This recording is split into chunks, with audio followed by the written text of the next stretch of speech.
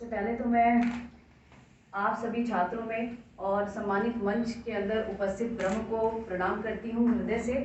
और ये विवेकानंद जी का ये स्वभाव था और इसी बात से उन्होंने अमेरिका में जाकर और अमेरिकी बहन भाइयों का दिल जीत लिया था। उन्होंने कहा था कि आप सभी मेरे बहन भाई हैं।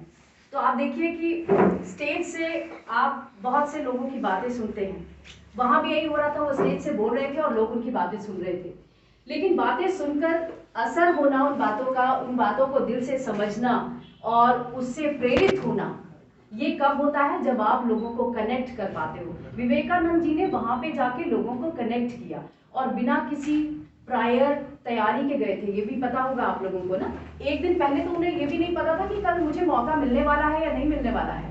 कपड़ों की कोई तैयारी नहीं थी, कोई बैग लेकर के नहीं गए थे, लेकिन जब वहां पहुंचे तो उनके संस्कार और उनके व्यक्तित्व की महानता थी कि जो बात उन्होंने कही वो इतनी सीधी और सिंपल बात थी, इतनी प्योर बात थी जो दिल से दिल को कनेक्ट कर रही थी और जो लोगों को समझ में आई, पसंद आई। और लोगों ने इतनी तालियां बजाई वहां पे कि तालियों की गड़गड़ाहट से वहां पे 15-20 मिनट तक तालियां ही बजती रही।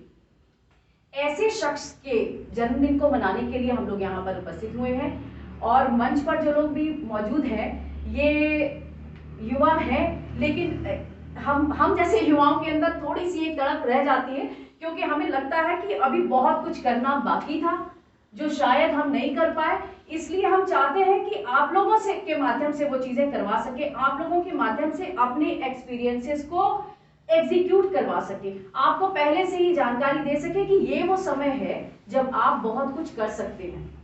ये जो टाइम जिसमें आप रन कर रहे हैं, इसमें आपको, अगर आप विवेकानंद के 2-4 कोट्स को लेकर और उसको दिल से लगा लीजिए। दिल से लगाने का मतलब है जैसे एक बहुत प्योर हार्टेड और मेहनत करने वाले बच्चे होते हैं ना, एक एक चीज को ध्यान से समझना, एक एक चीज पे कार्य करना, मतलब उसको एग्जीक्यूट करना, वो उस बात को बहुत अच्छे से समझ सकते हैं। उन्होंने कहा था उत्तिष्ठ जाग्रे प्राप्त वरान्निबोधन, माने उठो।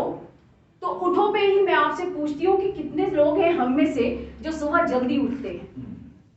और ये बात मैं अदरवाइज कहती तो शायद आप लोग पूछ सकते थे, या जो लोग मुझे जानते हैं, जो जानते हैं कि मैं देर से सो करके उठती हूँ, वो क्वेश्चन कर सकते थे कि भाई आप तो खुद नहीं उठते। लेकिन चूंकि मैं सुबह जल्दी उठती हूँ, इसलिए मैं अपने छात्रों को भी कहती हूँ कि भाई सुबह जल्दी उठना है। और इतना बड़ा डिफरेंस क्रिएट करता है ये सुबह जल्दी उठना कि मैं आपको बताऊं, जीवन का एक बहुत बड़ा भाग या एक अच्छा लाइफस्टाइल हम लोग खो रहे हैं देर तक सो करके।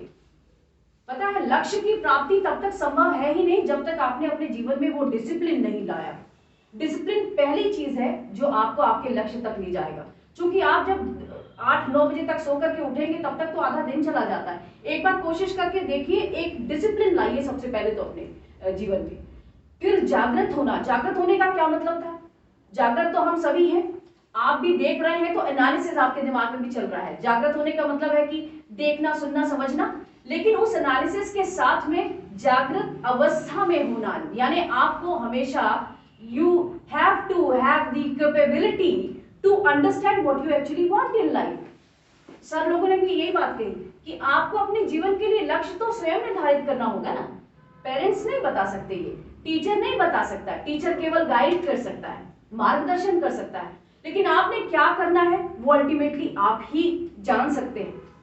आपका अपना हृदय आपको प्रेरणा दे सकता है कि मैं ये अपने जीवन में करना चाहता हूं। एंड रिमेंबर गाइस, एक ही जीवन है, इसी जीवन में इस अच्छे डिसिप्लिन के साथ में आप वो कर सकते हो, ठीक है ना। ये जितने भी लोग विवेकानंद हो, 40 वर्ष की उम्र में तो उनका पूरा जीवन काल सिमट गया, लेकिन देखिए वर्षों वर्ष तक हम उनकी बातें याद कर रहे हैं। क्यों याद कर रहे हैं?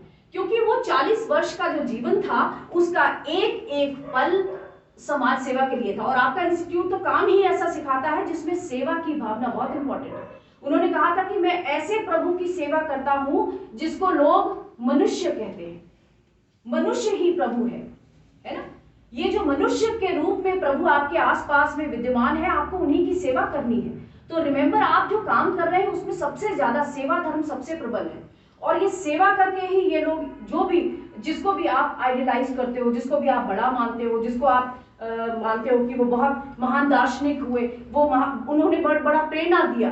तो प्रेरणा किससे लेता है व्यक्ति? प्रेरणा उससे लेता है जिसने अपने जीवन में ऐसा कार्य किया जो अपने स्वयं के लाभ से ऊपर था, है ना। अपने लिए सभी जी रहे हैं, जो अपने लिए जी रहा है उसे लोग याद नहीं कर पाते, है ना, जब तक हम दूसरे लोगों को प्रभावित नहीं करेंगे। देखिए, मैं डिपार्टमेंट में बच्चों को पढ़ाती हूँ, क्लासेस लेती हूँ, 300 बच्चे आते हैं प्रति ईयर, एवरी ईयर हमारे पास होते हैं। लेकिन इसके इतर जो मैं काम करती हूँ, उन कामों से लोग मुझे पहचान पाते हैं। विक्रम जी भी मुझे इसलिए नहीं जानते कि मैं उनकी किसी क्लास में पढ़ा रही हूँगी कभी, नो, वो मुझे इसलिए जानते हैं, या आप लोग भी मुझे इसलिए याद कर पाएंगे जब मैं सेवा के भाव से बिना किसी स्वार्थ के आपसे कनेक्ट करूंगी, आपके काम आ सकूंगी। तो जब तक वो सेवा नहीं होगी ना, तब तक सबसे पहली बात है कि ये मानव का धर्म पूरा नहीं होगा। मानव के रूप में जन्म लेने का सबसे बड़ा धर्म ये है कि हम वो सेवा कर सकें जिस सेवा के लिए प्रभु ने हमें इस धरती पर भेजा है। तो वो सेवा आपको करनी है अपने क्षेत्र में, जहां भी आपको जरूरतमंद लोग नजर आते हैं। सबसे पहली बात है कि स्वयं से ऊपर उठ करके आपको सोचना पड़ेगा, वो सेवा करनी पड़ेगी। जितने लोग टाइमली, युवा के लिए ये चीज बहुत इंपॉर्टेंट है, आप जितना जल्दी अपने लक्ष्य के लिए, ये जब आपको फिल्मों से समझाया जाता है तो जल्दी समझ में आता है ना। शाहरुख खान ने क्या कहा था कि मैंने, आप जिसको चाहते हो तो पूरा कायनात उसको मिलाने के लिए लग जाती है ना, वो सबको समझ में आया।